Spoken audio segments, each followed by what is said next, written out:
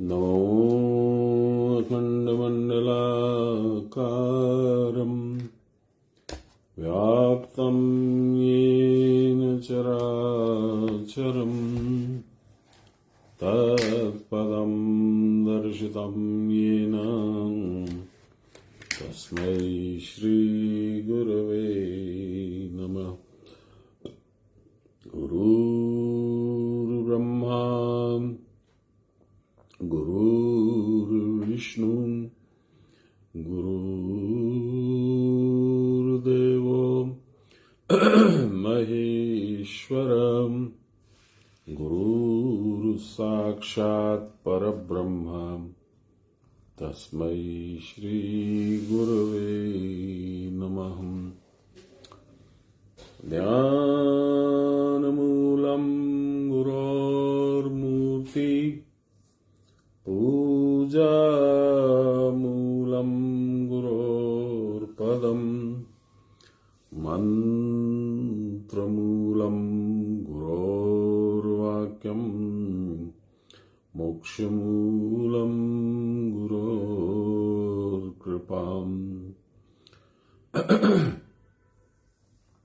ब्रह्मानन्दं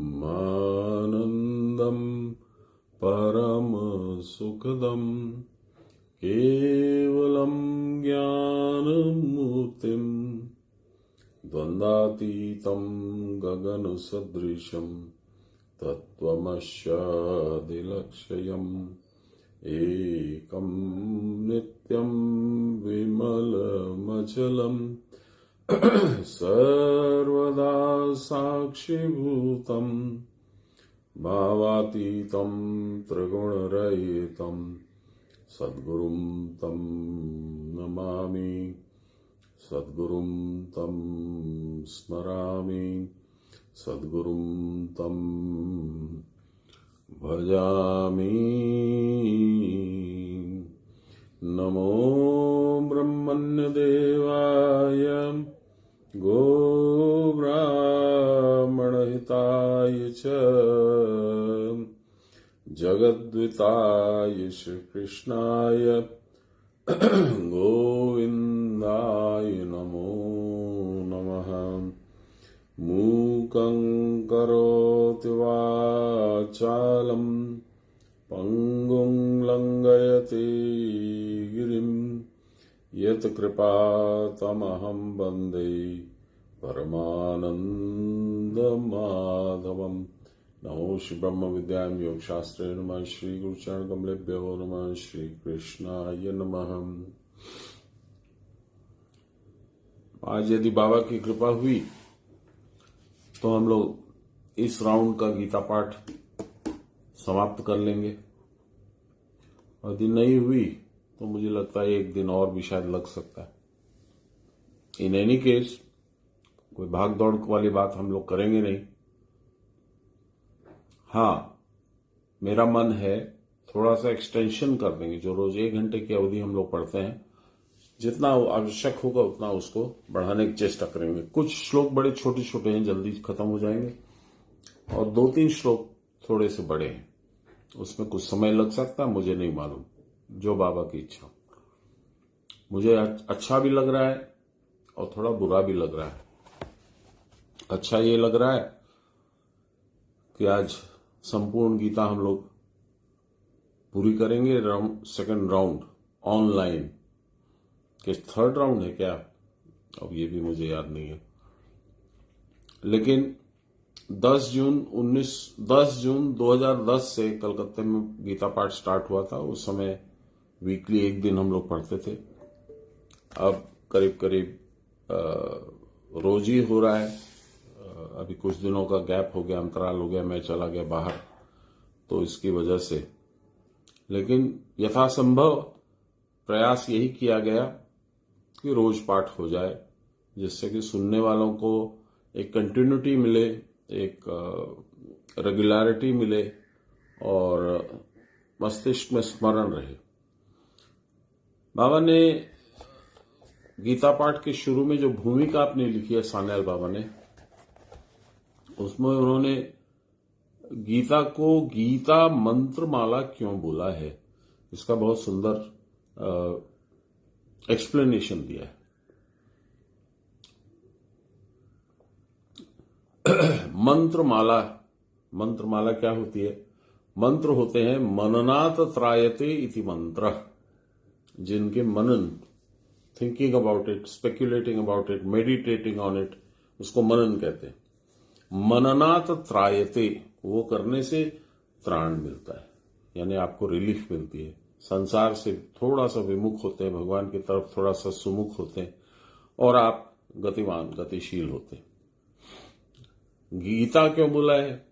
इसलिए कि ये, इसमें कई छंद यूज किए गए हैं और छंदों के द्वारा जो एक वर्ड की पैटर्न सेट की जाती है, उसको हम लोग इंग्लिश लिटरेचर में मीटर एंड रिदम ऐसा बोलते थे कुछ, तो उस टाइप का छंदों में होता है।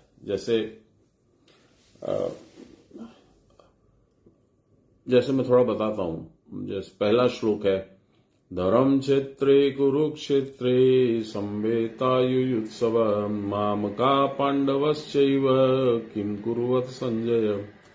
तो एक इसमें पैटर्न है, एक मीटर है, एक लेंथ है, एक सुर है, एक ताल है।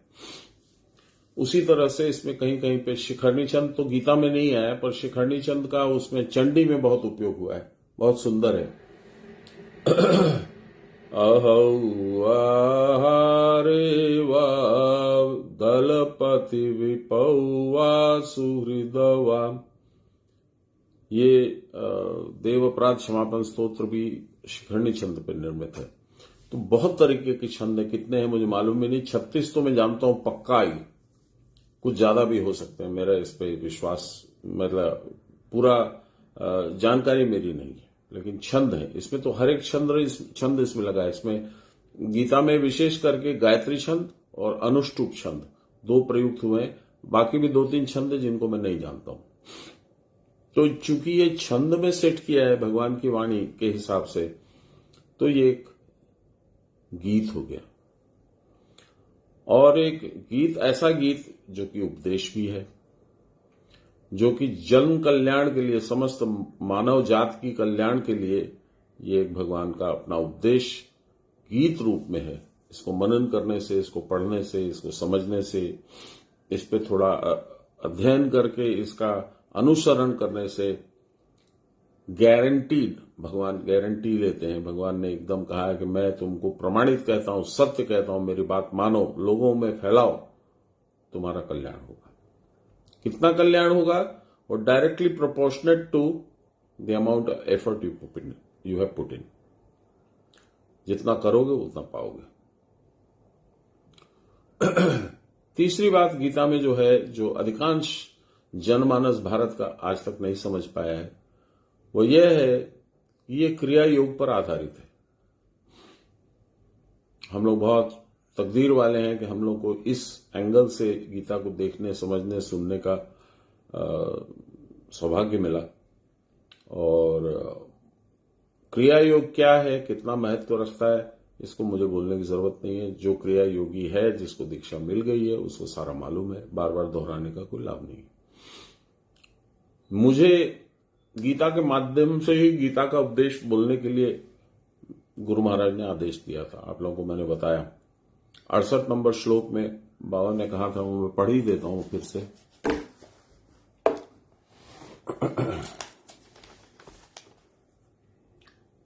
हाँ, य इमं परमं गुह्यं मद्भक्तेषु विधास्यति भक्तिमयी परमां कृत्वा मामे वश्यति संशयम्। यह जो परम गुह्य विषय की बात है, यह मेरे भक्तों के सामने जो व्याख्या करेगा, वह मुझ में पराभक्ति उत्पन्न करके मुझको ही प्राप्त होगा, इसमें कोई संदेह नहीं। इस पे हल्का सा थोड़ा आपस में बातचीत भी हुई बाबा के साथ। मैंने कहा कि ऐसा होना चाहिए, बाबा ने कहा ये तो हो गई, मेरी वाणी तो है नहीं, है तो भगवान की वाणी है। तो उसका महत्व मैं उस समय नहीं समझ सका, आज मैं समझता हूं। तो ऐसा महत्वपूर्ण ग्रंथ है ये, किसी भी किसी भी मनुष्य के लिए, मैं वो हिंदू हो, क्रिश्चियन हो, सिख हो, ईसाई हो, कुछ हो, दुर्भाग्य है कि जिसको विशेष करके जानना चाहिए, जिसको उचित है जानना हम हिंदुओं को, वही हम लोग इसका अवहेलना करते हैं। उसका कारण भी यह है कि समय के अंतराल से इसको समझने वाले, समझाने वाले है नहीं। अब जो है उनकी दृष्टि अपने जागतिक लाभ की तरफ है। जागतिक लाभ की तरफ जो जाएगा उसका परमार्थिक लाभ कुछ नहीं होगा। ये तो ध्रुव सत्य है, ऐसा मैंने अनुभव किया है बाबा की चरणों में रह के। तो ज्यादा लंबा कुछ ना बोलते हुए 70वें श्लोक तक हम लोगों ने कर लिया था। 70वां श्लोक था गीता पाठ का फल ज्ञान यज्ञ के तुल्य है। यही हम लोगों ने लास्ट पढ़ा था 7 तारीख को। उसके बाद में 8 को मैं निकल गया था इधर उधर, 9 को बाहर चला गया था ऐसे करके, और तबीयत भी कुछ खराब हो गई थी। तो लास्ट जो श्लोक था, एक मिनट, मेरे कर्नल का फोन है, अबाउट दैट। तो अभी जो कुछ श्लोक हैं 67 से लेके 67, 68, 69, 70, 67 में भगवान कहते हैं इदम ते न तपस्काय, जो तपस्या नहीं करता है, मेरे प्रति उसको श्रद्धा नहीं है, ऐसे लोगों को नहीं सुनाना चाहिए। 68 में कहते हैं, जो मैंने अभी बोला, कि जो भी कोई मेरे भक्तों को मेरी बात पढ़ के समझा देगा, व्याख्या करके बता देगा, समझा देगा, सुना देगा, वह मेरा परम भक्त हो जाएगा और मुझ में लीन हो जाएगा। 69 में कहते हैं न च तस्मान मनुष्येषु कश्चिन में प्रिय कृतमः, उससे ज्यादा प्रिय मेरा कोई दूसरा नहीं हो सकता है।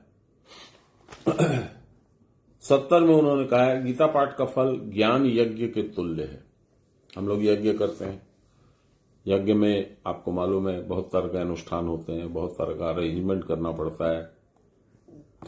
यज्ञ कुंड होता है, बहुत सारी सामग्री लगती है, घी लगती है, घी लगता है, सामग्री लगती है।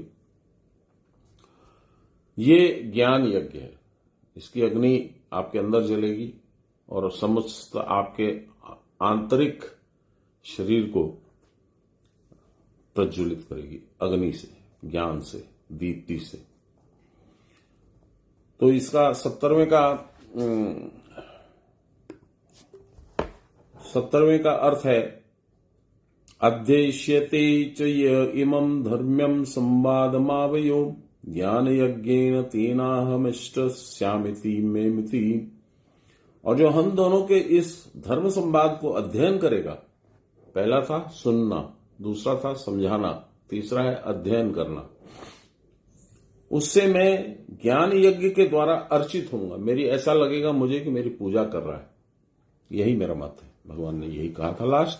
आज हम लोग 71। अब सिर्फ सुनने में क्या होगा, ये तो अध्ययन तक आ गए हम लोग। अब सुनने से क्या होगा, 71 नंबर में भगवान ने बताया कि सिर्फ गीता का श्रवण करेगा, जैसा कि आप सब भगवान के भक्त, गुरु के भक्त सुन रहे हैं, उनको क्या फल होगा। श्लोक है श्रद्धावान अनसूयस्य शृणुयादपि यो नरम सोऽपि मुक्त शुभान लोकान प्राप्नुया पुण्यत कर्मणाम। श्रद्धालु और असूया रहित, मेरे प्रति जिसको कोई द्वेष नहीं है, जिसको कोई मेरे प्रति गलत बुद्धि नहीं है, उसको असूया कहते हैं। जो पुरुष केवल श्रवण भी करे श्रद्धावान होके, वह भी मुक्त होकर पुण्य कर्मकारी लोगों के शुभ लोकों को प्राप्त होता है। उच्च लोकों में उसकी गति होगी ही। आध्यात्मिक व्याख्या, श्रद्धापूर्वक सुनने पर भी वह मुक्त हो जाएगा। If you just listen to it, मुक्ति होगी। क्यों? बहुत सिंपल है। श्रद्धा से सुनोगे तो वह हृदयंगम होगा, अश्रद्धा से सुनोगे तो इधर से घुसेगा, इधर से निकल जाएगा, अंदर कुछ रिटेन नहीं होगा। तो श्रद्धा से सुनना, ये कंडीशन भगवान ने लगाया। जो श्रद्धा से सुनेगा, जिसके अंदर में कोई दोष बुद्धि नहीं होगी, तो मेरे में दोष नहीं ढूंढेगा, खोट नहीं निकालेगा, ऐसा जो भक्त है वो गीता को सुनेगा भी तो उसको उच्च लोगों की प्राप्ति होगी। क्यों? सान्याल महाशय बता रहे हैं, रसज्ञ भक्त, जिसको इसमें रस आता है, जैसे हमारी प्रिय प्रकाश दी हैं, बीमार रहती हैं, शरीर अस्वस्थ है, पर गीता नहीं छोड़ती हैं। किसी दिन आगे पीछे हो जाता है तो उनका मैसेज आ जाता है, आज होगा ना गीता। ये है रसज्ञ, ये है अपने उसकी टान होती है, उसकी टान होती है। कैसे भी जी दीदी जी, कैसी हैं आप? बस चल रहा। जी जी। तो रसज्ञ भक्त लोग भगवत कथा जितनी ही अधिक सुनते हैं उतनी ही वह उनको अधिक अच्छी लगने लगती है। यक्षणवाता रस ज्ञानाम स्वाद स्वाद उपदे पदे, परंतु रस ज्ञान तो सदा सबको नहीं होता। भागवती कथा में श्रद्धा और रुचि उत्पन्न होने पर रस ज्ञान हो सकता है, परंतु लोगों को भगवत कथा में श्रद्धा और रुचि है कहां? भव्य आदि की ताड़ना के कारण उत्कृष्ट और सुमधुर हरि कथा भी बहुधा अच्छी नहीं लगती है। मन नहीं है, मूड नहीं है, नहीं सुनूंगा, नहीं ध्यान, ठीक है गीता तो है, मुझे नहीं जाना। भगवान ने क्या कहा है नवदा भक्ति में? श्री रामचंद्र जी ने शबरी माता को यही तो कहा है। पहला कहा है संतों का साथ करना। अब संत और सत्य में बहुत अंतर नहीं है, खाली बिंदु नुक्ता का बहुत फर्क है। संत न हटा दो तो सत्य, सत्य और संत फर्क नहीं है। तो पहली भक्ति बताया उन्होंने कि संतों का साथ करो, यानी सत्य का साथ करो, वो तुमको सही मार्ग दिखलाएंगे। दूसरी ही भक्ति बताए, दूसरी रति प्रभु कथा प्रसंगा, दूसरी रति प्रभु कथा प्रसंगा। पहले में बताया प्रथम कर संतन के संगा, संतों का साथ करो। दूसरी बताया दूसरी रति प्रभु कथा प्रसंगा, भगवान की कथा और प्रसंग में तुमको रस आवे, तुम्हारी रति हो, तुम उसमें डूबने की चेष्टा करो, तुमको आनंद आने लगे। इससे बढ़िया भक्ति हो नहीं सकती। श्रीमद् भागवत में लिखा है शुश्रूषो श्रद्धानस्य वासुदेव कथा रुचि श्यान महत सेवया विप्रा पुण्य तीर्थ निषेवणात्। हे विप्रगण, विप्र कौन है? ब्राह्मण। गुरु शुश्रूषा परायण श्रद्धावान व्यक्ति को साधु सेवा और पुण्य तीर्थ सेवा के द्वारा वासुदेव की कथा में रुचि उत्पन्न होती है। देखिए कितना इंटरलिंक्ड है। संतों का साथ रखोगे, संतों की सेवा करोगे तो भगवान की कथा में भी रुचि होगी उत्पन्न, क्योंकि वो तो वही बताएंगे। उनका साथ में और है क्या? वो तुमको लड्डू खिलाने के लिए बुलाएंगे नहीं। भगवत कथा श्रवण माने सुनना और उसके अनुध्यान, उसमें विशेष रूप से ध्यान लेना के फलस्वरूप भगवत शक्ति के प्रभाव से काम क्रोध आदि की प्रबल उत्तेजना का ह्रास होता है, समाप्त होती है। काम क्रोध के द्वारा फिर उसका चित्त विद्ध नहीं होता, तब ज्ञान का स्फुरण होता है और भागवत तत्व की अनुभूति होकर बाहरी विषयों के प्रति वैराग्य का उदय होता है। इधर जाओगे तो इधर छूटेगा ना, ऑटोमेटिक है। भगवान की तरफ जाओगे तो संसार छूटेगा, संसार की तरफ जाओगे तो भगवान छूटेंगे। तो साधु संत और भगवत कथा तुमको भगवान की ओर ले जाएंगे, संसार की ओर नहीं ले जाएंगे। इसलिए ज्ञान का स्फुरण जब होगा तब भागवत तत्व की अनुभूति होकर कुछ न कुछ दिखेगा, ज्योति दिखेगी, आवाज सुनेगी, कुछ मन ही मन कुछ बुद्धि में आएगा और बाहरी विषयों के प्रति वैराग्य उत्पन्न होगा। अतएव हृदय ग्रंथि का भेद होगा। यही सबसे जटिल ग्रंथि है, यही लास्ट में छूटती है, हृदय ग्रंथि। अर्थात ब्रह्म के सिवा अन्य सब वस्तुओं के प्रति आसक्ति तुम्हारी नष्ट हो जाएगी, सारे संशय छिन्न हो जाएंगे। All doubts will be removed, dissolved, और जन्म जन्मांतर से संचित कर्म नष्ट हो जाएंगे। कितने कितने जन्मों के तुमने संचित कर रखे हैं कर्म, वो कोई संचित कर्म है, कोई प्रारब्ध कर्म है, कोई कैसा कर्म है, कोई कैसा कर्म है, सब नष्ट हो जाएंगे ये सिर्फ सुनने से। अब देखिए ये दो जो श्लोक है 72 और 73, इसका विशिष्ट महत्व है मेरे जीवन में। मैंने 79 से 82 में तिवारी बाबा के बहुत बार दर्शन पाए। वो इसलिए कि भागलपुर में मेरा ससुराल था, ससुर जी कुछ दिनों के लिए वहीं चले गए थे। तो जब पत्नी जाती थी या आती थी तो मैं लाने या छोड़ने जाता था, तो वो सबसे पहले तिवारी बाबा के पास ले जाते थे। तो उस समय मुझे कोई महत्व न उनका मालूम था, न प्रतीत होता था, न किसी तरह की मेरी कोई श्रद्धा थी, तो मैंने उनको इग्नोर किया। बाद में जब मेरे गुरु महाराज दीक्षा दे दिए, उनकी कृपा मुझे मिल गई, तब मैंने उनके चरणों में निवेदन किया कि प्रभु ऐसा ऐसा मैंने आपके गुरु के साथ में किया है। तो बोले कि तो वो क्या बोले?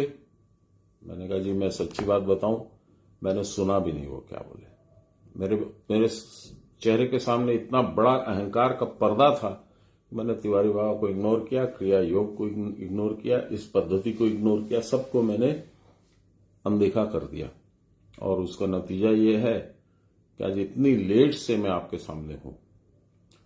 तब उनका आदेश हुआ, प्रेरणा हुई, और बोले कि जब पहली बार 1728 किया मैंने, तो उसमें 15 घंटे का सेशन होता है, तो उस दिन तो संभव नहीं था। अगले दिन जो है भागलपुर जा करके तिवारी बाबा के घर में, उनके कक्ष में उनको ये 72 और 73 सुनाने का आदेश हुआ था। मैं आप लोगों से पढ़ के सुनाता हूं। 72 में है भगवान कृष्ण की जिज्ञासा अर्जुन से कि मैंने तुमको गीता बहुत तरीके से घुमा फिरा कर अच्छे से, लंबे से, हर एंगल से समझा दिया है। अब मैं तुमसे सुनना चाहता हूं कि क्या तुमने एकाग्रता पूर्ण इसको सुना, क्या तुमने इसको समझा, और अब तुम क्या करने जा रहे हो? और 73 नंबर श्लोक में उसका उत्तर है। अर्जुन कहता है, स्थितोस्मि गत संदेह तत्प्रसादान मयुच्यत करिष्ये तव वचन। हे प्रभु, मैंने आपके प्रसाद से, कृपा प्रसाद से सारे संदेहों को विगलित करके हटा दिया। अब मेरे को कोई संदेह नहीं, मैं निसंदेह होकर खड़ा हूं, और मेरे जितने भी प्रश्न थे सबका जवाब मुझे मिल गया है। अब मैं आपके कहे अनुसार जीवन यापन करने के लिए तैयार हूं। तो ये दो हम लोग थोड़ा सा विस्तार से पढ़ेंगे, थोड़े थोड़े बड़े हैं। 72 कच्चिदेतच्युतम् पार्थ त्वयैकाग्रेण चेतसा कच्चित् ज्ञान सम्मोह प्रनष्टस्ते धनंजय। हे पार्थ, तुमने एकाग्र चित्त से इसे क्या सुना है?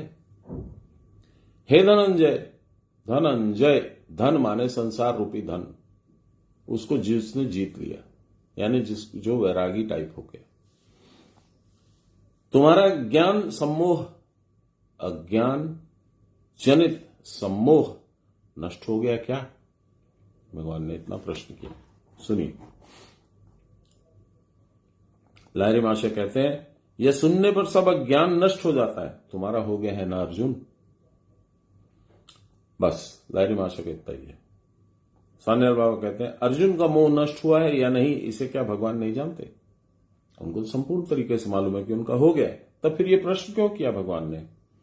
सर्वमोह नाशन, साक्षात ज्ञान स्वरूप भगवान ही जिसके उपदेष्टा हो, उसको भी क्या मोह रह सकता है?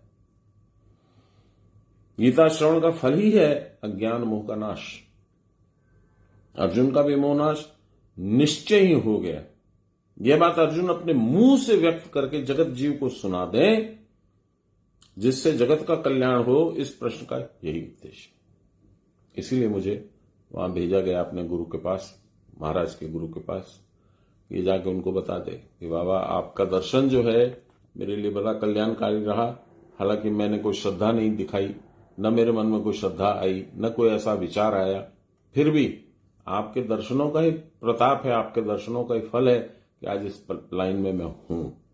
क्योंकि आपने खुद तो नहीं किया, या मैंने आपको करने नहीं दिया, ऐसा बोल सकते हैं, या मेरा समय नहीं हुआ था। आप जो भी शब्दावली यूज करो, तो आपके ही परम शिष्य मेरे गुरु बने, और उन्होंने मुझे इस लाइन को समझाया, और आज मैं आपके आगे आके समर्पण करना हूं।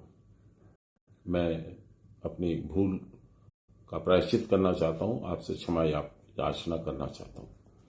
ये मेरे गुरु महाराज ने उनको भेज के वहां कहलवाया। तो वही अपने मुंह से वाली बात हो गई। यहां अर्जुन का भी मोह निश्चय ही नष्ट हो गया है। यह बात अर्जुन अपने मुंह से व्यक्त करके जगत जीव को सुना दें, जिससे जगत का कल्याण। इस प्रश्न का यही उद्देश्य है। अज्ञानवश जीव को भ्रांति होती है, मुझे हुई थी। श्री गुरु की कृपा से शिष्य की भ्रांति नष्ट हो जाती है, ऐसा मुझे लगता है कि हो गई, पता नहीं। शिष्य साधन में कृतकृत हो जाए तो गुरु को जो आनंद होता है वो आनंद शिष्य को भी नहीं होता। वहां बहुत से लोग थे मंदार में, जब पहली बार मैंने 1728 किया था, तो सब ने आश्चर्य किया कि भाई तुमको तो अभी हाल में दीक्षा हुई है और तुम अभी तक 1728 भी कर लिए, ये भी कर लिए, वो भी कर लिए। ये बहुत बड़ी कृपा है तुम्हारी गुरु की। और मैं जानता हूं कि ये गुरु की कृपा के बिना ये 15 घंटे का 16 घंटे का अनुष्ठान हो नहीं सकता। और उसको करने के बाद में परम गुरुदेव के सामने समर्पित करना अपने आप को, यह आवश्यक था मेरे लिए। शिष्य साधन में कृतकृत्य हो जाए तो गुरु को जो आनंद होता है वो आनंद शिष्य को भी नहीं होता। शिष्य ने प्राणपण से उपदेश धारण किया है या नहीं, यदि नहीं कर सका तो दूसरे उपायों से उसे समझाना होगा। सदगुरु का यही नित्य अभिप्राय रहता है। शिष्य का उपदेश ग्रहण, गुरु का उपदेश दान इसीलिए होता है। यदि शिष्य का मोह नष्ट हो जाता है तो गुरु और शिष्य दोनों का प्रयास सार्थक है। गुरु के उपदेश के अनुसार साधन करने पर साधक को स्वरूप ज्ञान होता है, मैं हूं कौन। ये महाराज की कृपा से वो किताब भी लिखी है, हु एम आई। गुरु के उपदेश के अनुसार साधन करने पर साधक को स्वरूप ज्ञान होता है और वह निज स्वरूप में स्थिति लाभ करता है। अर्जुन को वह प्राप्त हुआ या नहीं, इसका परिचय हमको अगले श्लोक में अर्जुन के मुंह से मिलेगा। अब अर्जुन कह रहे हैं, अर्जुन का उत्तर, उसका मोह नाश हो गया। मेरे मुंह से भी यही कहलवाया महाराज ने। अर्जुन उवाच नष्टो मोह स्मृतिर्लब्ध्वा त्वत्प्रसादान्मयुच्यताम् स्थितोऽस्मि गत संदेह करिष्ये वचनम तव। अर्जुन का है अच्युत। च्युत माने जो अपनी जगह से हट जाता है, अच्युत माने जो अपनी जगह से कभी नहीं हटता, अपनी जगह पे है। तुम्हारी कृपा से मेरा मोह नष्ट हो गया है। मैंने स्मृति का लाभ किया है, अर्थात कर्तव्य अकर्तव्य ज्ञान प्राप्त हो गया है। निसंदेह होकर अब मैं स्थिर हो गया हूं, तुम्हारे उपदेश के अनुसार क्रिया करूंगा। यहां स्मृति का शब्द क्यों यूज किया गया? क्योंकि अधिकांश लोग जो इस जन्म में दीक्षा लेते हैं वो किसी न किसी तरह से पिछले जन्म में भी कुछ न कुछ एसोसिएशन रहता है। मेरा था, अर्जुन का था, वो मैं भूल गया था, अर्जुन भी भूल गए थे, इसलिए उसका लाभ हुआ। स्मृति लब्ध्वा, स्मृति वापस मैंने लाभ किया स्मृति का, अपनी सारी याददाश्त मुझे आ गई। लहरी महाशय का भी था, इसीलिए जब उनकी दीक्षा हुई तो उनके गुरु ने सबसे पहले उनको अपना पुराना उनका आसन वहां पे था, कमंडलू था और माला थी और पता नहीं क्या क्या था, और वो सब दिखा के कहा इनको पहचानते हो? तो बोले नहीं।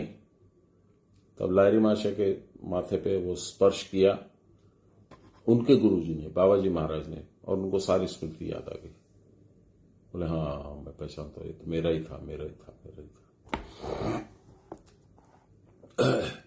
आध्यात्मिक व्याख्या, शरीर के तेज के द्वारा व्यक्त हो रहा है, यानी अर्जुन आपका मणिपुर चक्रस्थ अर्जुन, तेजस तत्व। मेरा मोह और संदेह सब चला गया, जो कहोगे वही करूंगा। लहरी महाशय का वक्तव्य समाप्त। अब हम लोग सान्याल बाबा से सुनते। कुल क्षय कृत दोष की चिंता और आत्मीय जनों के बध जनित कातरता ने अर्जुन के स्वाभाविक धैर्य और ज्ञान को अभिभूत कर डाला था। इसी से वह मैं युद्ध न करूंगा यह कहकर शोकाकुल होकर गांडीव का परित्याग करके मोह विभ्रांत चित्त होकर रथ के ऊपर बैठ गए थे। इसमें मैं कहा हूं, मैं आपको बताता हूं मैं कहा हूं। मैंने कहा मुझे नहीं चाहिए ये सब, ये मुझे समझ में भी नहीं आता, मैं इस लाइन में जाना भी नहीं चाहता। ये मैंने तिवारी बाबा से कहा नहीं, पर जो मुझे लेके गए थे तिवारी बाबा के पास, मेरे सास ससुर, उनके मित्र इत्यादि, उनको मैंने ऐसे ही कहा था। तो तिवारी बाबा जानते ही थे कि इसकी भावना क्या है। इसी से मैं युद्ध न करूंगा यानी साधन नहीं लूंगा, यह कहकर वो शोकाकुल चित्त से गांडीव का परित्याग करके मोह विभ्रांत चित्त होकर रथ के ऊपर बैठ गए थे। उस मोह को नष्ट करने के लिए ही भगवान का यह प्रयास है। देहात्म ज्ञान रूप मोह ने अर्जुन को कातर कर दिया था। देह आत्मज्ञान, मैं यह देह हूं। अर्जुन को, मेरे को, आपको, सबको यही करता है, कातर बना देता है। इसी से उन्होंने स्वधर्म का परित्याग कर परधर्म की ग्रहण की अभिलाषा की थी। भगवान के उद्देश्य से उनकी आत्मबुद्धि लौट आई, उनकी स्मृति दृढ़ हो गई। वह देह नहीं है, आत्मा है। अजर अमर आत्मा के लिए जीवन मरण का भय क्या? मंदाकिनी की शुभ्र कलकल धारा के समान जब ये आत्मस्मृति धारा अर्जुन के मन प्राण बुद्धि के भीतर प्रवाहित होने लगी, तब वह सब प्रकार से संदेह रहित होकर अभय लाभ करके उठ बैठे। उन्होंने जोर देकर कहा कि मेरा मोह नष्ट हो गया है, मेरी आत्मस्मृति लौट आई है। जिस आत्मविस्मृति के कारण जीवन एक बार इस संसार में आता है और जाता है, पुनरपि जन्मम पुनरपि मरणम भज गोविंदम मूढ़मते, वह आज विस्मृति दूर होगी।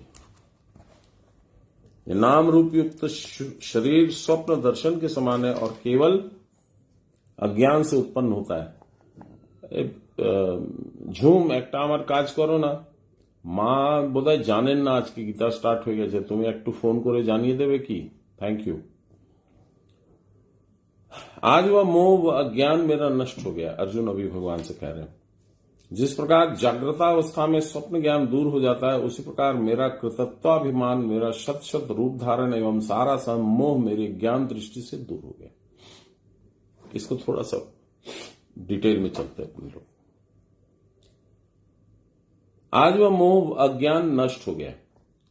जिस प्रकार जागृतावस्था में स्वप्न ज्ञान दूर हो जाता है, जब हम लोग जग जाते हैं तो जो भी स्वप्न में देखा था वो भूल जाता है या उसको समझ में आता है कि व्यर्थ था।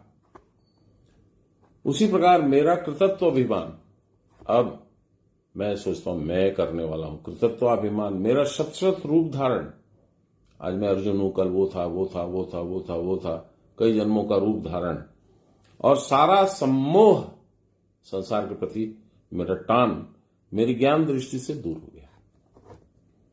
जिस स्मृति के प्राप्त होने पर सर्वग्रंथि नाम विमोक्षा, अर्थात सारी ग्रंथियां खुल जाती हैं, मेरा वह हृदय ग्रंथि भेद हो गया। चित्त जड़ के जिस अभेद ज्ञान को मुझको इतने दिनों तक जीव भाव में बद्ध करके रखा था, आज वह अनर्थकारी ऐक्य ज्ञान विलुप्त हो गया। माया का कौशल आज मेरे सामने निरस्त हो गया। क्योंकि जानिए क्या है, जो उस स्थिति में पहुंच जाता है, जिसका हृदय ग्रंथि विच्छिन्न हो जाती है जिसकी, तो वो क्या हो जाता है? जानत तुम ही हो ही जावा, तो भगवत तुल्य हो जाता वो भगवान में, और उसमें कोई अंतर नहीं रहता है। जो परावस्था प्राप्त योगी है वह भगवान से किसी भी माने में कहीं भी कम नहीं है। तो माया का कौशल मेरे सामने निरस्त हो गया। जब आप भगवत तुल्य हो जाइएगा तो माया आपकी दासी बन जाएगी। अभी तक जब तक उस स्थिति में नहीं पहुंचते हो तो माया आपको नचाती है। यही अर्जुन बता रहे हैं भगवान को। अनात्म देहादि में अब मेरी बुद्धि नहीं है। आत्मा के अतिरिक्त जो देह है और बुद्धि है, उसमें मेरी अब कोई आत्मबुद्धि नहीं है। हे आत्मदेव, आत्मा स्वरूप भगवान श्री कृष्ण, हे आत्मदेव, मैंने अब समझ लिया है कि तुम ही सब कुछ हो। मैं भी तुमसे अभिन्न हूं, आगे ना, मैं भी तुमसे अभिन्न हूं। तुम में, मुझ में और इस जीव जगत में अब मेरी आत्मबुद्धि नहीं है।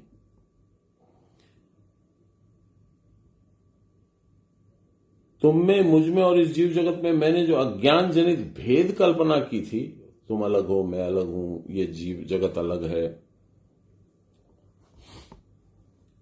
आज तुम्हारे प्रसाद से वो तिरोहित हो गया, वो खत्म हो गई। सब आत्मा स्वरूप है, सर्वे खलविद ब्रह्म। क्रिया के परावस्था में यह स्थिति प्राप्त कर मैंने जान लिया मेरा स्वरूप क्या है।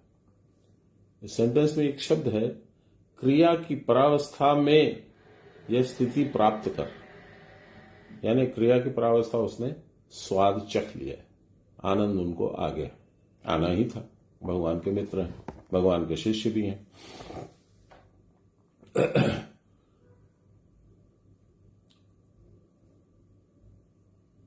मैं अर्जुन हूं, यह मेरा बोध दूर हो गया, नाम और उपाधि रहित हो जाता है मनुष्य। देहबोध की धारणा तभी तक रहती है जब तक आत्मबोध नहीं होता, जब तक आत्मा का बोध नहीं होता है, तब तक कर्तव्य के नाना बोध जीव को व्याकुल किए रखते हैं। उस समय देह, मन और प्राण के चांचल्य जीव को अस्थिर किए रहते हैं। आज माया का वह तांडव नृत्य तुम्हारी कृपा से बंद हो गया। माया नाच रही थी और मुझे भी नचा रही थी, उसने तांडव बंद कर दिया। न मैं नाच रहा हूं, न माया नाच रही है। इस बार तुम्हारे उपदेश के अनुसार श्वास में लक्ष्य रखकर प्राण की साधना करते करते मैंने एक दिव्य अवस्था प्राप्त कर ली है। यही क्रिया की परावस्था है। प्राण स्थिर होकर जैसे ही सुषुम्ना में संचरण करने लगा, वैसे ही जगत दर्शन क्षीण हो गया, साथ ही साथ सुख दुख की धारणा भी रुक गई। आप लोग फिर याद करा दूं।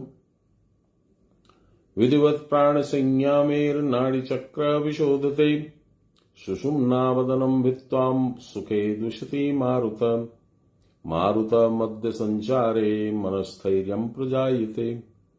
आप लोगों को कितनी बार बता चुका हूं, ये आप लोगों को स्पष्ट हो गया होगा। विधिवत प्राण संयम करने से सुषुम्ना में प्राण चलने लगता है। सुषुम्ना में प्राण चलने से मन स्थैर्य को प्राप्त होता है, स्थिरता को प्राप्त होता है। मन की स्थिरता ही जो है आपको परावस्था में ले जाती है। तब ये सब सुख दुख देह परदेह वो ये सब समाप्त हो जाता है। प्राण की साधना करते करते मैंने एक दिव्य अवस्था प्राप्त की है। यही क्रिया की परावस्था है। प्राण स्थिर होकर जैसे ही सुषुम्ना में संचरण करने लगा, वैसे ही जगत दर्शन क्षीण हो गया। साथ ही साथ सुख दुख की धारणा भी मेरी रुक गई। अब जीना मरना कैसा और सुख दुख किसका, सारा स्वप्न मानो क्षण भर में टूट चुका है।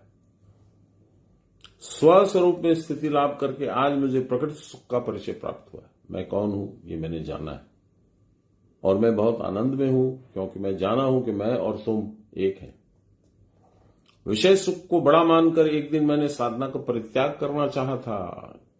मैं अपने लिए भी मेरे ये लागू होता है, यही है, एग्जैक्ट ये वर्ड होते हैं। साधना का परित्याग करना चाहता, मुझे नहीं करना। साधन समर के अस्त्र मेरुदंड रूपी गांडीव को अवनत करके पागल के समान केवल हाय हाय करता था। निर्लज्ज के समान युद्ध नहीं करूंगा, मुझे नहीं चाहिए। मैं क्यों जाऊं इस लाइन में, मुझे नहीं जाना। यह अपना मत तुम्हारे सामने व्यक्त भी किया था। अब वह सब दुर्बुद्धि तुम्हारे प्रसाद से और क्रिया की परावस्था के प्रसाद से निर्मूल हो गई है। हे गुरुदेव, अब तुम्हारा वाक्य मैं निश्चय ही पालन करूंगा। स्थितोस्मि, मैं फिर युद्ध के लिए खड़ा हूं। मेरा मेरुदंड सीधा हो गया और उसमें एक टान का अनुभव कर रहा हूं। नाभि चक्र का तेजस तत्व ये अत्यंत प्रिय जीव फिर मेरुदंड को सीधा करके साधना के लिए उठ बैठा। इस बार उसने प्रतिज्ञा की कि चाहे जो हो जाए गुरु वाक्य का पालन तो करूंगा ही। करिष्ये वचनम तव, आपके वचन करूंगा ही। जीव शक्ति जब इस प्रकार कमर कसकर साधन समर में आत्मोत्सर्ग करने के लिए साधनार्थ तैयार होकर आसन पर दृढ़तापूर्वक उपवेशन करती है, तब क्रिया की परावस्था या आत्मज्ञान की प्राप्ति में विलंब नहीं होता। तब जगत गुरु आत्मदेव कुटस्थ चैतन्य भी अपनी माधुरी का आस्वादन साधक को कराते थे। जगत गुरु आत्मदेव शब्द अलग अलग है, बात एक ही है, भगवान श्री कृष्ण जगत के गुरु भी हैं और आत्मस्वरूपी देवता भी हैं। कुटस्थ चैतन्य भी हैं, अपनी माधुरी बंसी ध्वनि का आस्वादन साधक को करा देते हैं। तब जीव रसव वैसा को अपने से अलग अभिन्न जानकर कृतार्थ हो जाता, संदेह का लेश भी नहीं रह जाता। इस प्रकार देहादि में आत्मबुद्धि तिरोहित होने पर उसकी संसार लीला का सदा के लिए अवसान हो जाता। अब संजय जो धृतराष्ट्र का एम्प्लॉय था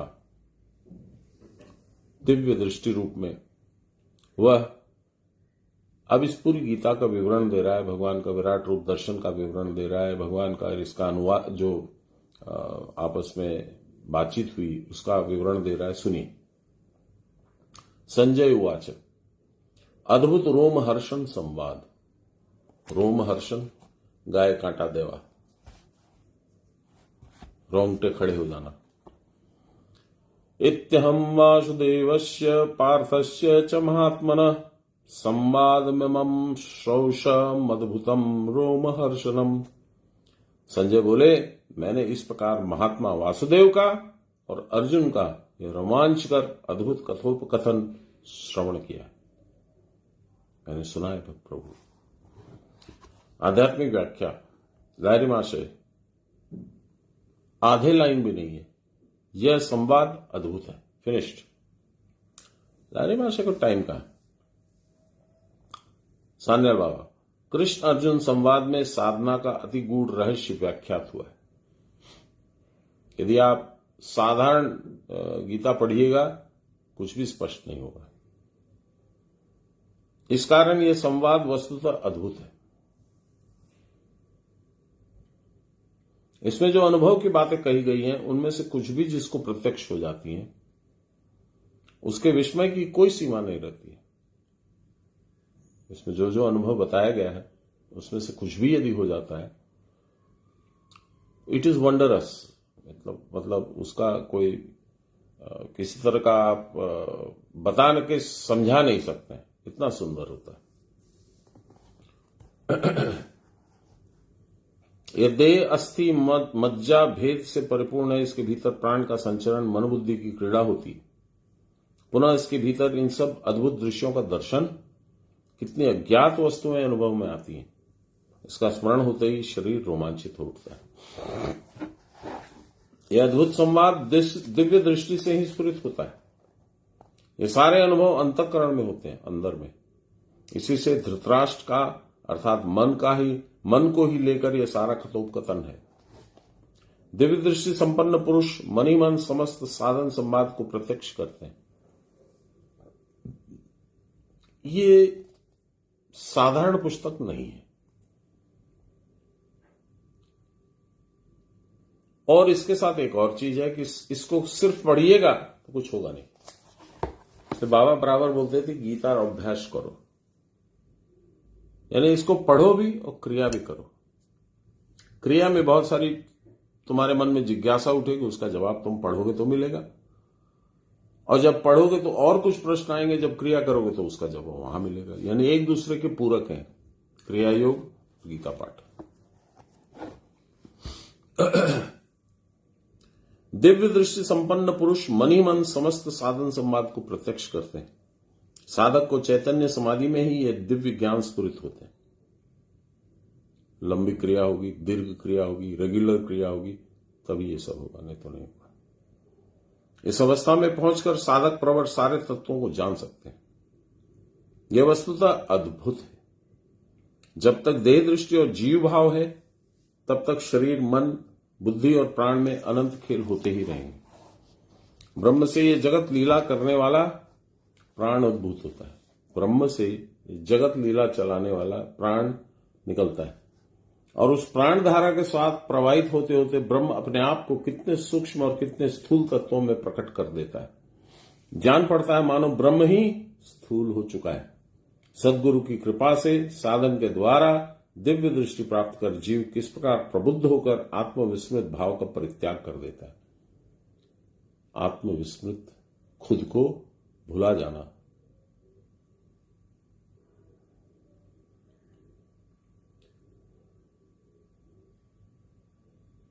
इसकी आलोचना करने पर अत्यंत विस्मय होता है। जो व्यक्त नहीं है या जो व्यक्त नहीं था, इंद्रिय गोचर नहीं था, इंद्रियों से नहीं देखा जा सकता था, समझा जा सकता था, सुना जा सकता था, सूंघा जा सकता था, टच किया जा सकता था, ऐसा कुछ भी नहीं था। वह सब अप्रत्यक्ष, अननोन, नॉट विजिबल, नॉट एक्सपीरियंसेबल,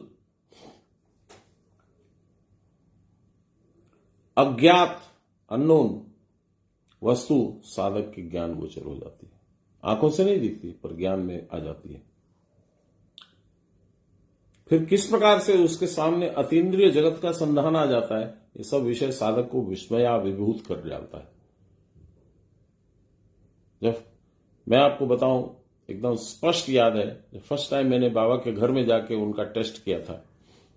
मैंने उनसे कहा था कि महाराज, मैं सुनता हूं कि आप लोगों के मन की बात सुन लेते हैं, तो ऐसा यदि है तो मेरी तरफ मुड़ के 3 बार हाँ कीजिए और मुस्कुराइए और फिर बैठ के अपनी पूजा कीजिए। जब उन्होंने किया तो इतना विस्मित हुआ, मां प्रणाम देवेन। तो उसके बाद भी मेरी बुद्धि चलती रही। मुझे लगा कि नहीं, ये कुछ ऐसा ही कोइंसिडेंस है, हो गया होगा। मनुष्य अपनी हठधर्मिता छोड़ना नहीं चाहता ना। तब महाराज ने एक दर्शन करवाया, कुटस्थ में एक सुंदर दर्शन हुआ। उसके बाद में मेरा सारा अहंकार, सारा विस्मय जनित एकदम तीव्र आलोक में साफ हो गया। फिर मुझे समझ में आया कि नहीं, तू गलत था, ये लाइन ही सही है। तो सुनिए, फिर से सुनिए इस लाइन को। जो व्यक्त नहीं था, इंद्रिय गोचर नहीं था, अब सब अप्रत्यक्ष अज्ञात वस्तु साधक के ज्ञान गोचर हो जाती है। फिर किस प्रकार उसके सामने अतीन्द्रिय जगत का संधान आ जाता है। अति इंद्रिय, इंद्रियों के बियॉन्ड एक जगत जो है, इंद्रियों के परे, उसका संधान आ जाता है, उसकी समझ आ जाती है। ये सब विषय साधक को विस्मयाभिभूत कर डालते हैं। स्टुपेंडियस, वंडरफुल, ये शब्द हम लोग यूज करते हैं। स्टुपेंडस, स्टूपिड बना देने वाला। अरे मैं इतना मूर्ख था। इस आनंद में, विस्मय में यदि रोमांच हो तो क्या आश्चर्य है। गाय काटा दे आटा, तो सामान्य व्यापार। सर्वव्यापी वासुदेव तो वासुदेव है ही, परंतु जीव अर्जुन का आत्मा भी देह संबंधी नहीं तो है। उसकी आत्मा तो देह से कोई संबंध नहीं है, वह भी वसुदेव का अंश है, वह भी महान है। इस परम गुह्य संवाद से वस्तुतः जीव का मन पुलकित हो उठता है और देह रोमांचित हो उठती है।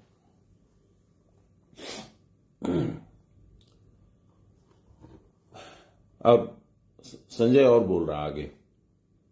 व्यास प्रसादात् श्रुतावानेद गुह्यमहं परमं योग योगेश्वरात् कृष्णात् साक्षात् कथयतः स्वयं। व्यास के प्रसाद से जो मुझे दिव्य दृष्टि मिली है, उसकी वजह से, आपके अनुग्रह से, योग योगेश्वरात् कृष्णात्, कृष्ण जो योगेश्वर हैं, उनके साक्षात कथन का मैं खुद प्रत्यक्षदर्शी हो गया हूं। इससे बड़ा भाग्य मेरा क्या होगा। सुनिए, मैंने व्यास के अनुग्रह से इस परम गुह्य योग तत्व को स्वयं वर्णन में प्रवृत्त कर योगेश्वर श्री कृष्ण के मुंह से प्रत्यक्ष सुना है। आध्यात्मिक व्याख्या। व्यास के प्रसाद से सुना गया वह योग, देखिए मैं आपको बताऊं, मैंने अपने श्री गुरु महाराज के मुख से अनेक बातें सुनी है और कोई भी बात साधारण नहीं थी, अति अद्भुत थी। उस वक्त भी लग रहा था, अरे वाह, बड़ा अच्छा भाग्य है मेरा, महाराज हम पे इतना मेहरबान है, इतना समय दे रहे हैं। 5 बजे से 12:30 बजे तक लगातार बैठना और यही सब चर्चा करना। बीच बीच में कोई आ जाता था, उसका कुशल क्षेम पूछ लेना, उसे 2-4 सामान्य लोक आचरण के हिसाब से बातचीत करके फिर हाँ तो हम लोग क्या बोल रहे थे ऐसा करके फिर से स्टार्ट कर देना। अद्भुत। और जो स्वयं श्री कृष्ण को देख रहा है व्यास के प्रसाद से, उसका तो कहना ही क्या है।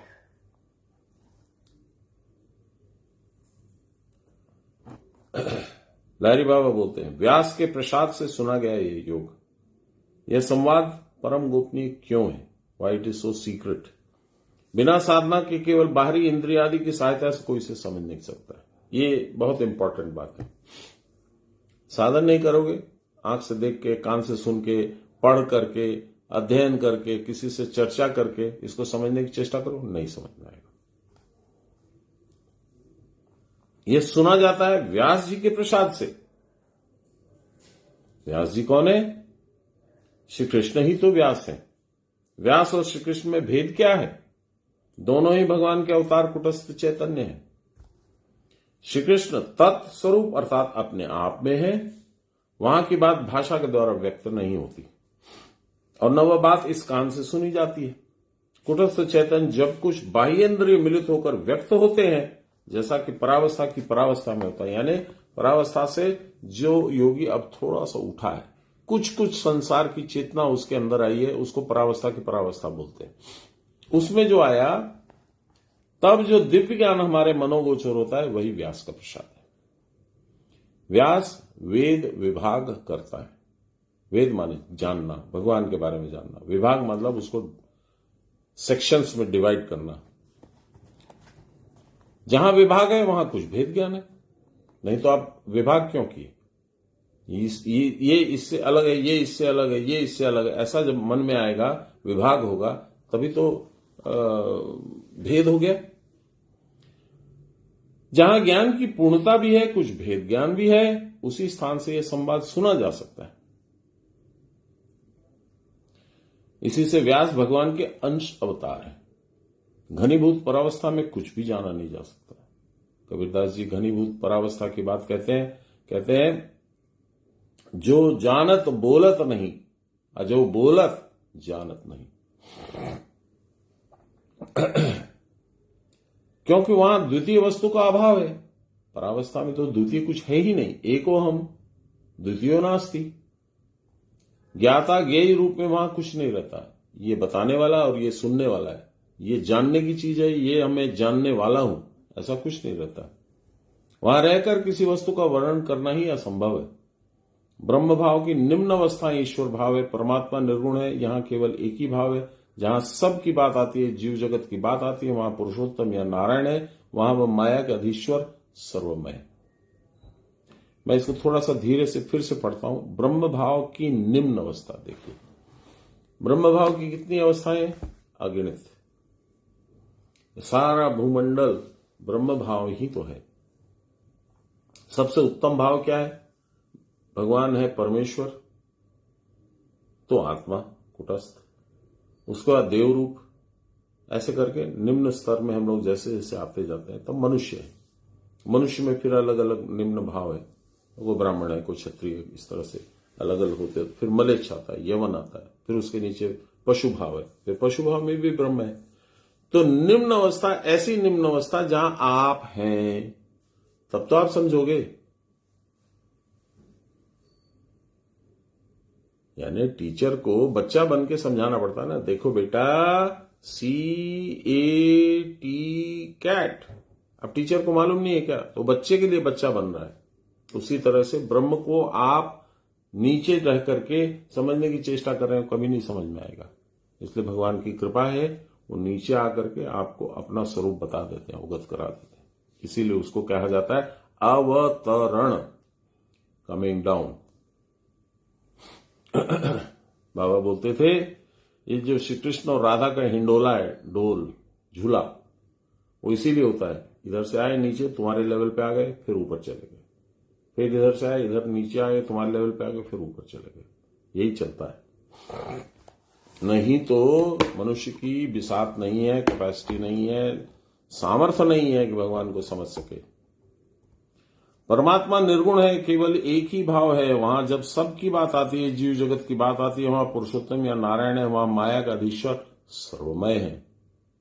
माया के अधीश्वर अवतार आदि नारायण से ही आते हैं। लीजिए, आ गया, मैंने अभी 1 सेकंड पहले बोला, आ गया। अवतार आदि नारायण से ही होते हैं। अवतारी माया पुरुष मनुष्य रूप में दृष्ट होने पर भी पुरुषोत्तम नारायण से अभिन्न है, लगेगा मनुष्य। इसीलिए तो कौरव सभा में कृष्ण जब शांति दूत बन के गए थे, तो दुर्योधन दुर्बुद्धि ने समझा ही नहीं कौन आया, वो अपने भाग्य को ठोकर मार दिया। अहंकारवश बोला, आपकी व्यवस्था मेरे महल में। बोले नहीं, मैं तुम्हारे साथ नहीं रह सकता हूं, मैं तो विदुर के यहां रुकूंगा। भगवान चले गए उसके यहां, शाक विदुर की खाई। दुर्योधन को मेवा त्यागो, शाक विदुर की खाई, आप लोग को मालूम है। और क्या बोला? पकड़ लो ग्वाले के बच्चे को। भगवान ने कहा पकड़ लो, तो पकड़ सकते हो तो पकड़ लो। तो वही है, समझ में नहीं आता है। अवतारी माया पुरुष मनुष्य रूप में दिखते हैं, पर है पुरुषोत्तम नारायण ही। परमात्मा ही मूर्ति ग्रहण करता है, एक रूप, दूसरा रूप, तीसरा रूप। उस मूर्ति ग्रहण काल में ही वह परमात्मा ही है।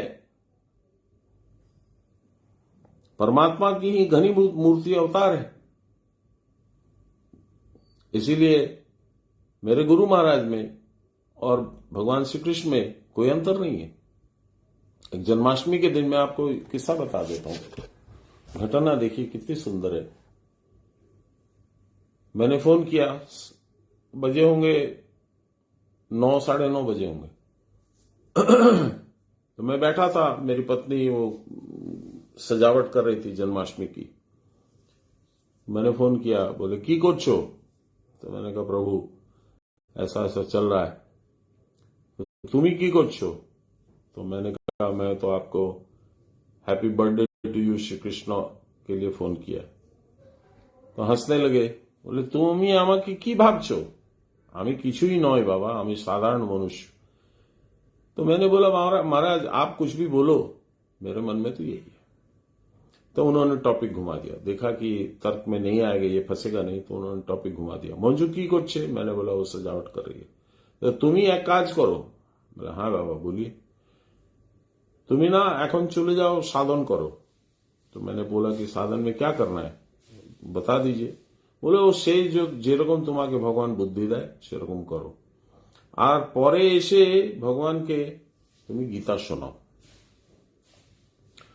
আর যখন 12টা হয়ে যাবে, ভগবানের জন্মে হবে, তখন একটু আরতি করবে, ভগবানকে ওই গানটা শুনিয়ে দেবে, কৃষ্ণ जिनका नाम है गोकुल जिनका धाम है, ওই গানটা শোনাবে। ठीक আছে बाबा, सारा मेरे को प्रोग्राम बता दिया। अब मैं आपको क्या बताऊं, गीता मेरे हाथ में, मैं आपसे हाथ जोड़ के बोलता हूं, ये इसको विश्वास कीजिए। साधन करके आया, मैं बैठा मंजू के बगल में बैठ करके वहीं पे गीता पाठ स्टार्ट किया। जय गुरु बोल के खोला तो 11 अध्याय का वो विराट रूप योग एक श्लोक खोला, किरीटिनी गदिनी ऐसे करके घूम रहा है, चारों तरफ तेजस तत्व है। वो पढ़ते पढ़ते मेरे को बगल से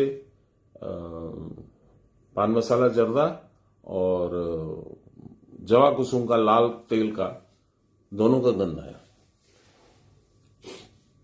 मेरा गला भर गया, मुझे समझ में आ गया कि वो आ गए। तो मेरी आवाज में थोड़ा फर्क आया, थोड़ा भाव आया, तो वो चौंक गई मेरी पत्नी जो वहीं उसी रूम में थी। बोली अरे क्या हुआ आपको, ठीक है? तो मैंने कहा नहीं मैं एकदम ठीक हूं।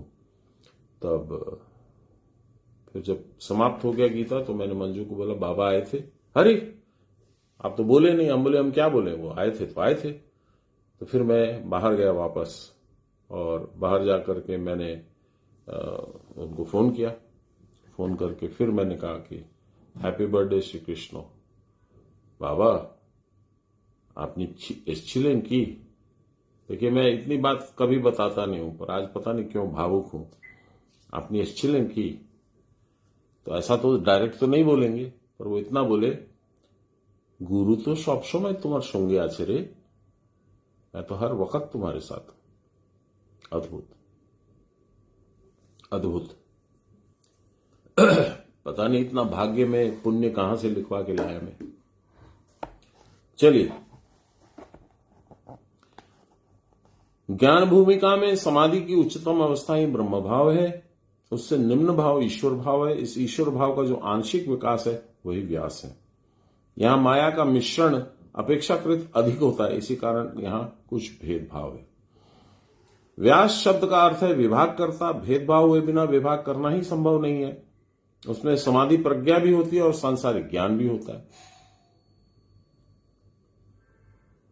और कुटस्थ के जिस मंडल में ज्ञानात्मक भाव का विकास होता है, वहां से कुछ नीचे उतरने पर वह साधक के लिए बोधगम्य है। उस समय भी दिव्य दृष्टि रहती है, इसे ही परावस्था की परावस्था कहते हैं। इस अवस्था में जो दिव्य ज्ञान होता है वही व्यास के प्रसाद से संचय का श्रवण है। व्यास ने कहा था कि धृतराष्ट्र तुम कहो तो तुमको मैं दिव्य दृष्टि दे सकता हूं, तुम युद्ध की विभीषिका देख सकते हो। बोला नहीं मैं अपने बच्चों को मरते हुए नहीं देख सकता हूं। तो तुमने मरने की व्यवस्था क्यों करी भाई? यही मनुष्य की ट्रेजेडी है। एनीवे, यह परम योग तत्व है। क्योंकि इस संवाद का उद्देश्य है परमात्मा के साथ जीवात्मा का मिलन कराना। बाबा की भाषा में अहंकार के ओंकारे मिश्य देवा। योगेश्वर श्री कृष्ण के श्रीमुख के वाक्य हैं।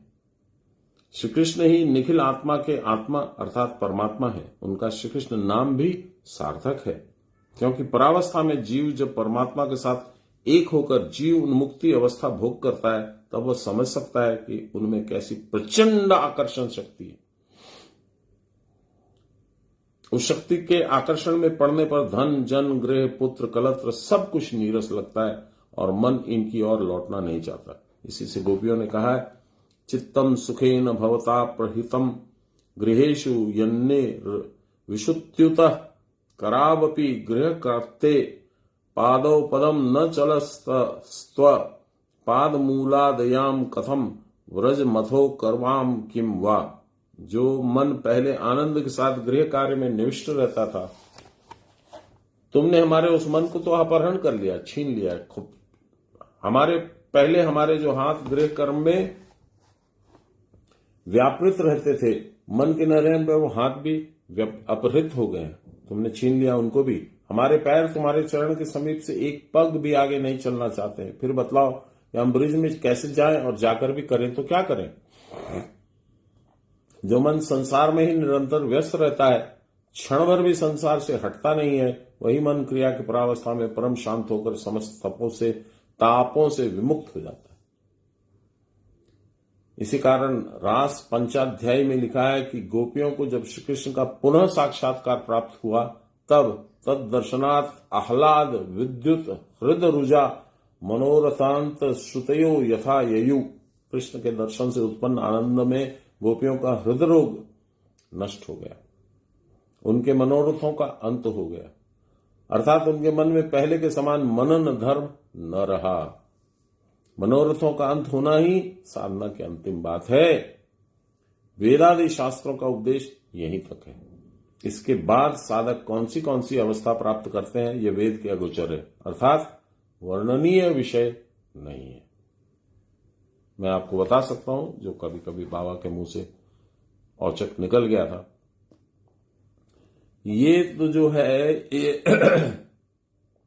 दूसरे अध्याय तक में, दूसरे क्रिया तक में ही पहुंच जाइएगा। यहां 18 अध्याय है। उसके बाद जैसे 18 अध्याय गीता के हैं, वैसे 18 स्टेज हैं क्रिया के। बहुत दूर की वो है। सुनिए, सर्वास्ता केशवालोक परमोत्सव निवृता जहु विरजहम तापम प्राज्ञम प्राप्य यथा जन।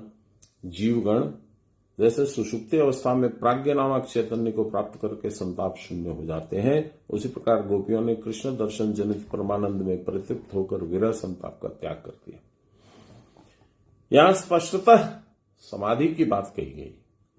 साधारण लोग सुषुप्ति क्रोड़ में अभिभूत होकर जैसे ताप शून्य हो जाते हैं, वैसे ही इस कृष्ण दर्शन जनित परमानंद में परितृप्त होकर गोपियां अर्थात इंद्रिय वृत्तियां विरह संताप का परित्याग करते हैं। गोपियां कौन थी? इसके दो रूप है गोपियों के। साधारण रूप, लोक मान्य जो रूप है वो ये है कि ये लोग ऋषि मुनि इत्यादि थे। पूर्व जन्मों में उन्होंने कृष्ण की भक्ति की थी, भगवान की भक्ति की थी। उन्होंने कहा था कि मेरी जब लीला का उस समय कृष्णावतार होगा तब तुम लोग को वहां बुला लूंगा। ये लोक कथाएं।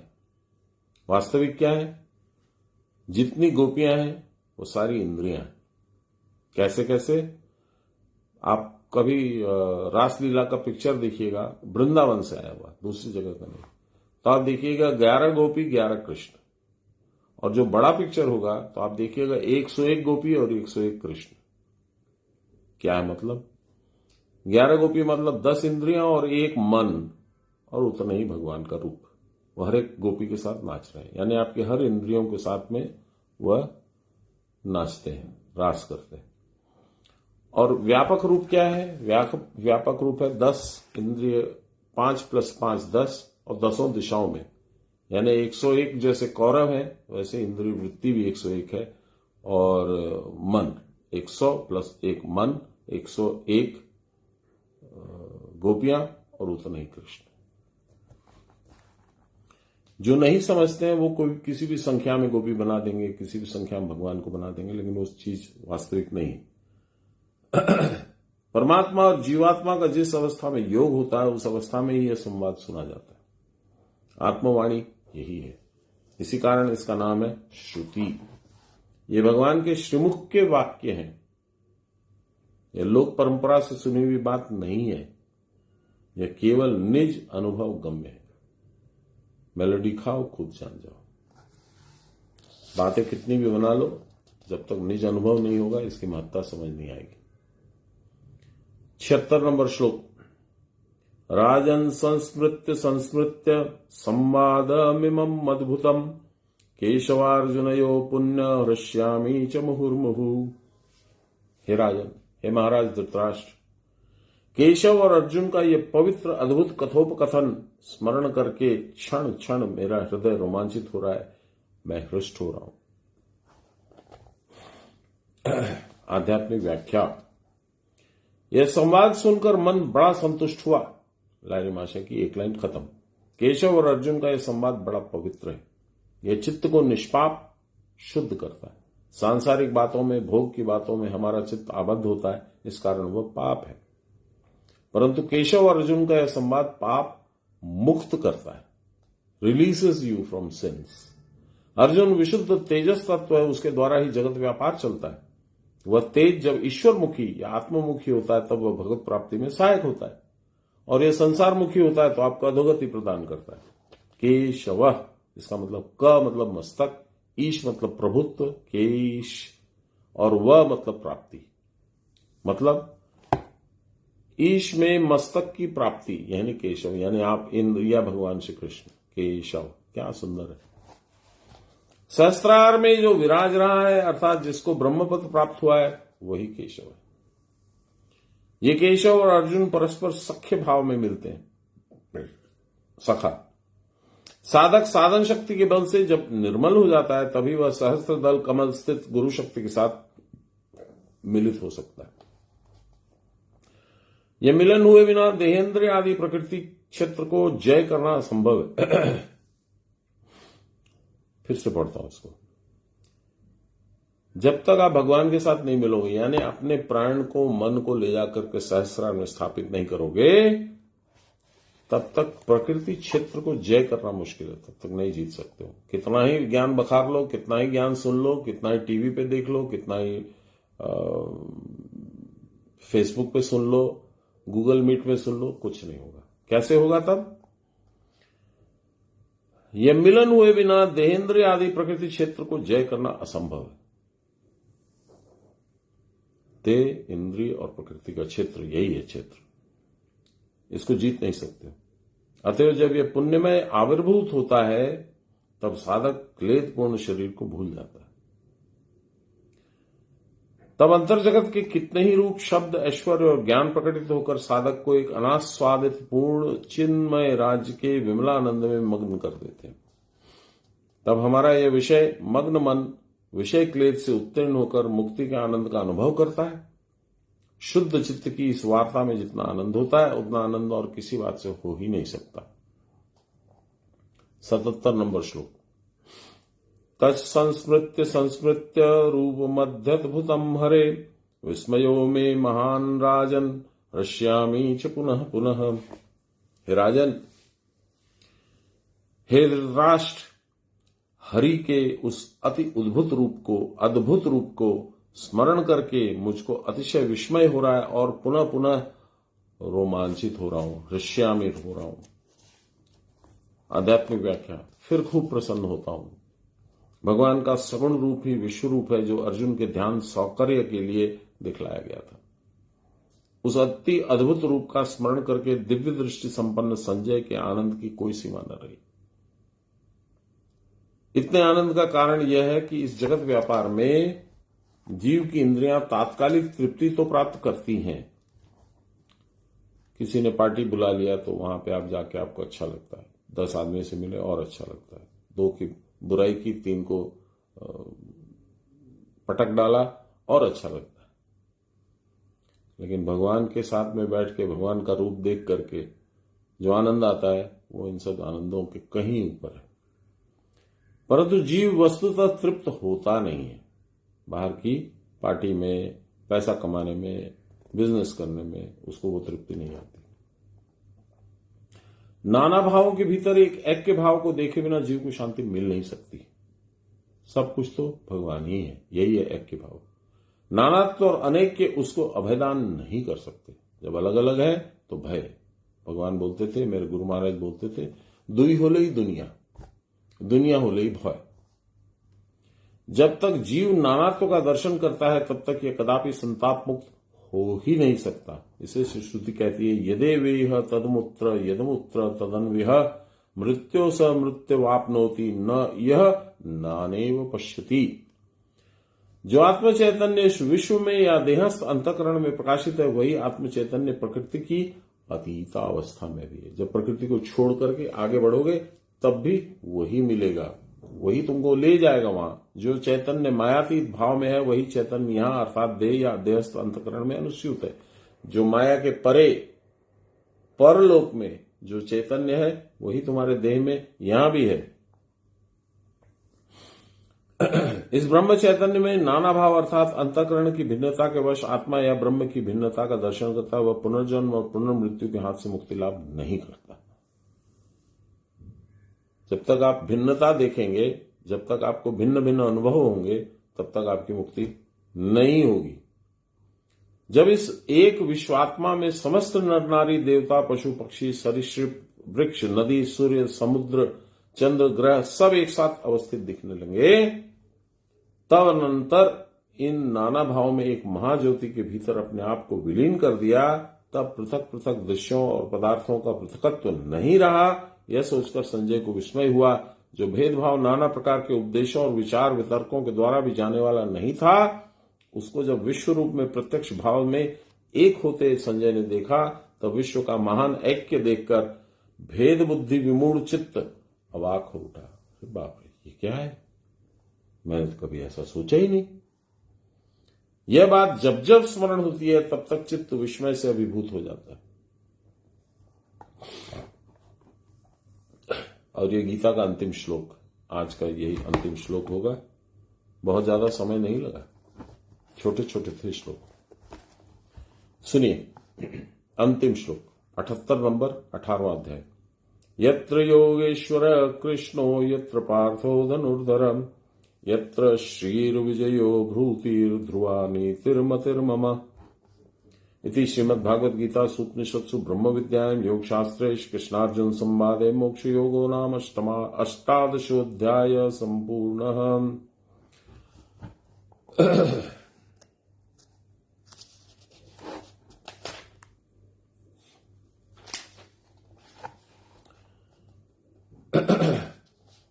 इसमें बहुत सुंदर व्याख्या है, संस्कृत में है, उसको पढ़ने का मेरे को सामर्थ्य नहीं है।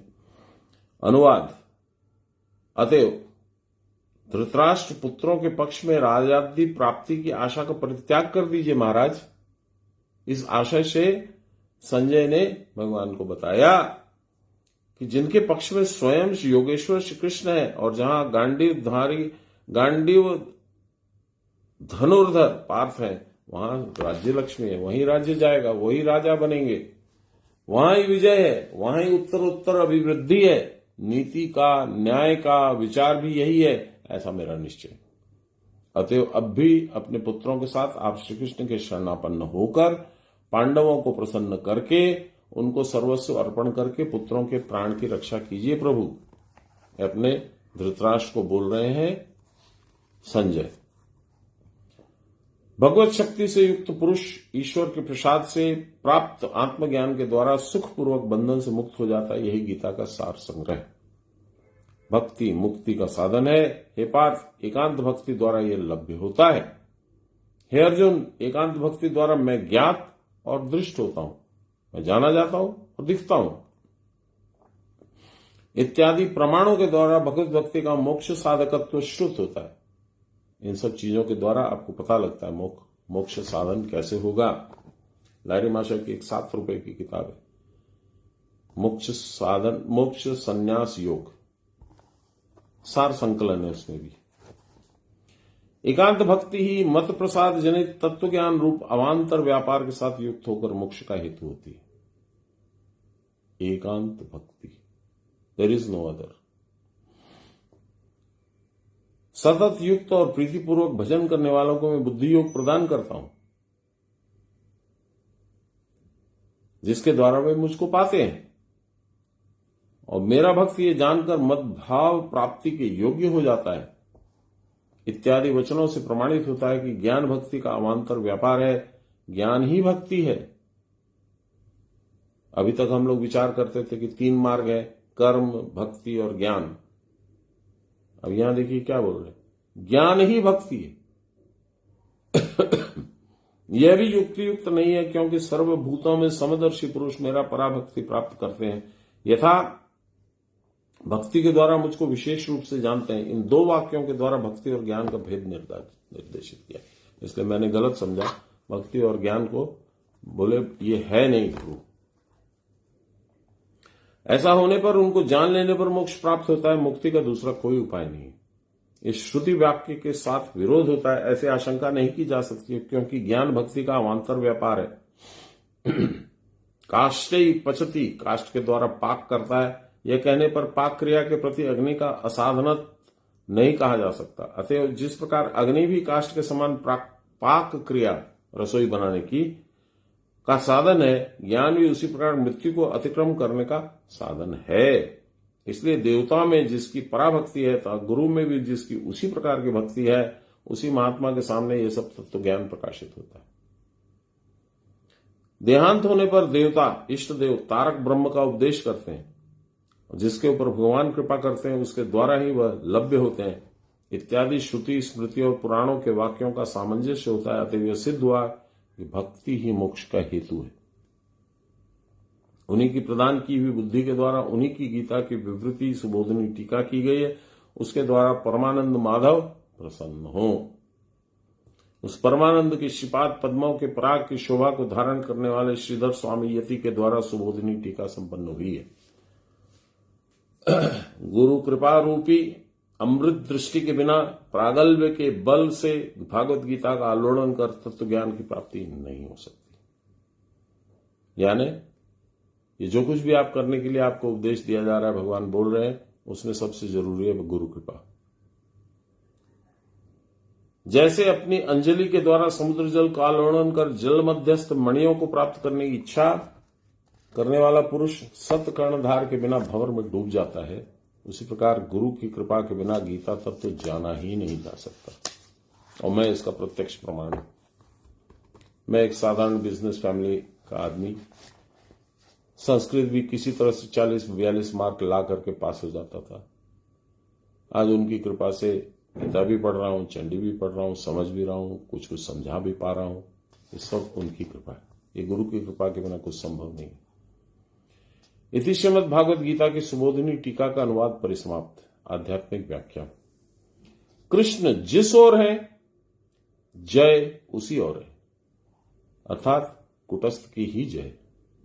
मनुष्य देवभाव में मत होकर, यानी आप देख लीजिए कृष्ण किस ओर है, यहां है, तो ये जो संसार है इसकी जय नहीं हो सकती। जय किसकी होगी? यहां की, इसी जगह की। ये क्या है आप देखो। मनुष्य देह भाव में मत होकर जितना ही उनको भुला रहा है, एक न एक दिन देहातीत कुटस्थ चैतन्य की ओर उसकी दृष्टि पड़ेगी। मनुष्य को यहां देखना ही पड़ेगा, ध्यान लगाना पड़ेगा, इसमें प्रवेश करना पड़ेगा। एक दिन ऐसा आएगा जब वह सब भूलकर प्रकृति के सुदृष्ट वेष्टन को लांग कर परमात्मा के सन्निधान में उनके चरण प्रांत में आकर मिल जाएगा। ये सारी बात एक ही बोली जा रही है कि कुटस्थ में आना ही तुमको पड़ेगा। संसार के वेष्टन यानी पकड़, संसार ने तुमको पकड़ रखा है, जकड़ रखा है, छूट नहीं रहा कुछ। संसार तुमको नहीं छोड़ रहा है, तुम संसार को नहीं छोड़ रहे हो, दोनों एक दूसरे को नहीं छोड़ रहे। एक दिन ऐसा आएगा जिस दिन तुमको यहां पे आना ही पड़ेगा। वहां भगवान का चरण प्रांत है, यानी उनके चरण है। उस प्रांत में आने के बाद में क्या होगा सुनिए।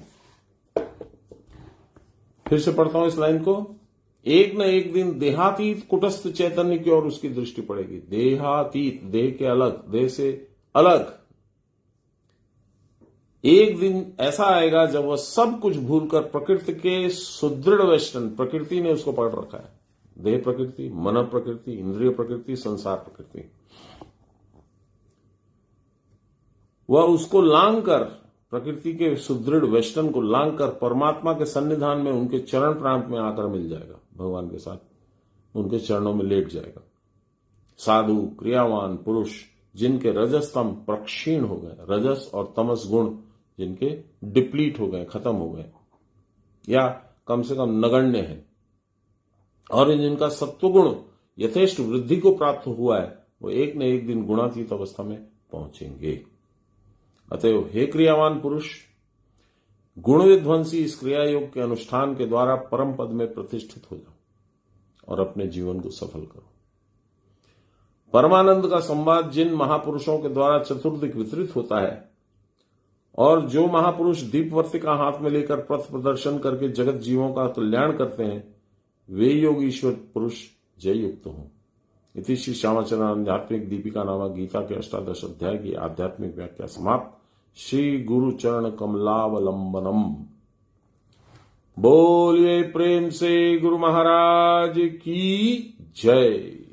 प्रभु कृपा बनाए रखिए। अब अंत की प्रार्थना करने के पहले मैं 2-3 अनाउंसमेंट करना चाहता हूं। हम लोगों ने, मुझे याद भी नहीं है कि 2 बार पढ़ा है कि 3 बार पढ़ा है ऑनलाइन, तो जितना भी है, अब तीसरी बार स्टार्ट करूं कि नहीं करूं, आप लोगों के विचार में जानना चाहूंगा। मुझे तो इसमें कोई आश्चर्य नहीं होगा, बल्कि आनंद होगा यदि मैं फिर से स्टार्ट करता हूं। तो आप लोग अपना विचार करिए, मुझे बताइए। और मैं अब 2-4 दिन के लिए फिर बाहर जा रहा हूं। जब मैं लौटूंगा तो एक सेशन हम लोग करेंगे, उसमें किसको किसी तरह का प्रश्न होगा तो वो मुझसे पूछ सकेगा। ऑनलाइन करेंगे, उस ऑनलाइन में किस तरह से करना है, जो लोग गूगल मीट में आए हैं उनको तो मालूम है, जो लोग गूगल मीट में नहीं आए हैं वो समझ लेंगे तुरंत। उसका जो ज्वाइनिंग कोड है वो मैं भेज दूंगा व्हाट्सएप पे। इसको थोड़ा प्रोटेक्ट रखिएगा, हर एक आदमी को मत दीजिएगा, क्योंकि फिर उसमें उल्टा कोई घुस जाता है तो कभी कभी उत्पात करता है। तो हम लोग कुछ दिन तक ये सेशन रखेंगे जिसमें आप प्रश्न करेंगे, यदि आपके कुछ प्रश्न है तो, और भगवान यदि चाहेंगे, गुरु महाराज की कृपा होगी तो उन प्रश्नों का उत्तर देने की हम लोग चेष्टा करेंगे। उसके बाद में यदि आप लोगों का सबका मत हो और मां का आशीर्वाद होगा तो हम लोग एक बार फिर से स्टार्ट कर देंगे। तो आज बहुत हर्ष की भी बात है और कुछ दुख भी हो रहा है कि एक तो रेगुलर बन गया था हिसाब किताब, वो अब कुछ दिनों तक डिस्टर्ब रहेगा। अभी तो 1 सप्ताह में हूं नहीं, उसके बाद में जैसा भी होगा।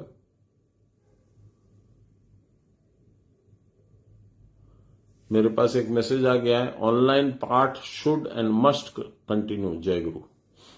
ठीक है, मैं प्रणाम करता हूं और थैंक यू बोलता हूं।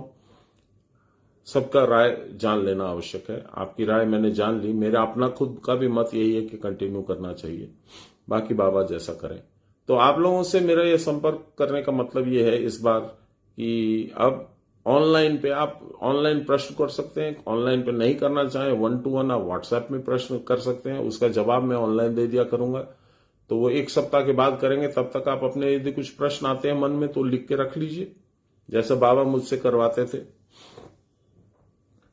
श्री कृष्ण गोविंद हरे मुरारे, हे राम नारायण वासुदेवम, श्री गुरु चैतन्य हे आत्मदेव, हे मात दुर्गे हर विश्वनाथ, सर्वे भवन्तु सुखिनः,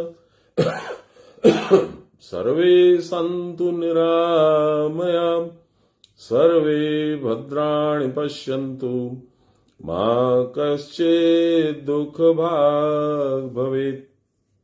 असतो मा सद्गमय, तमसो मा ज्योतिर्गमय, मृत्योर्मामृतं गमय। आविराभी मही। बोलिए प्रेम से गुरु महाराज की जय, परम गुरुदेव की जय, परात्पर गुरुदेव की जय, परमेष्टि गुरुदेव की जय, गुरु माता की जय। हर हर महादेव। जय कब गुरु। होगी क्लास? माँ प्रणाम क्लास देवेन माँ। हाँ दीदी बोलिए। कब होगी क्लास अब? मैं दीदी जाना पड़ रहा है, कुछ केस मुकदमा चल रहा है धनबाद में, हाँ वो कोई बात नहीं। तो मैं शायद 20 तारीख तक तो नहीं रहूंगा। 20 के बाद में फिर मैं आकर के अनाउंस कर दूंगा, व्हाट्सएप पे बोल दूंगा। हाँ हाँ, thank you, thank you. Best of luck. Thank you दीदी। माँ प्रणाम नेबेन।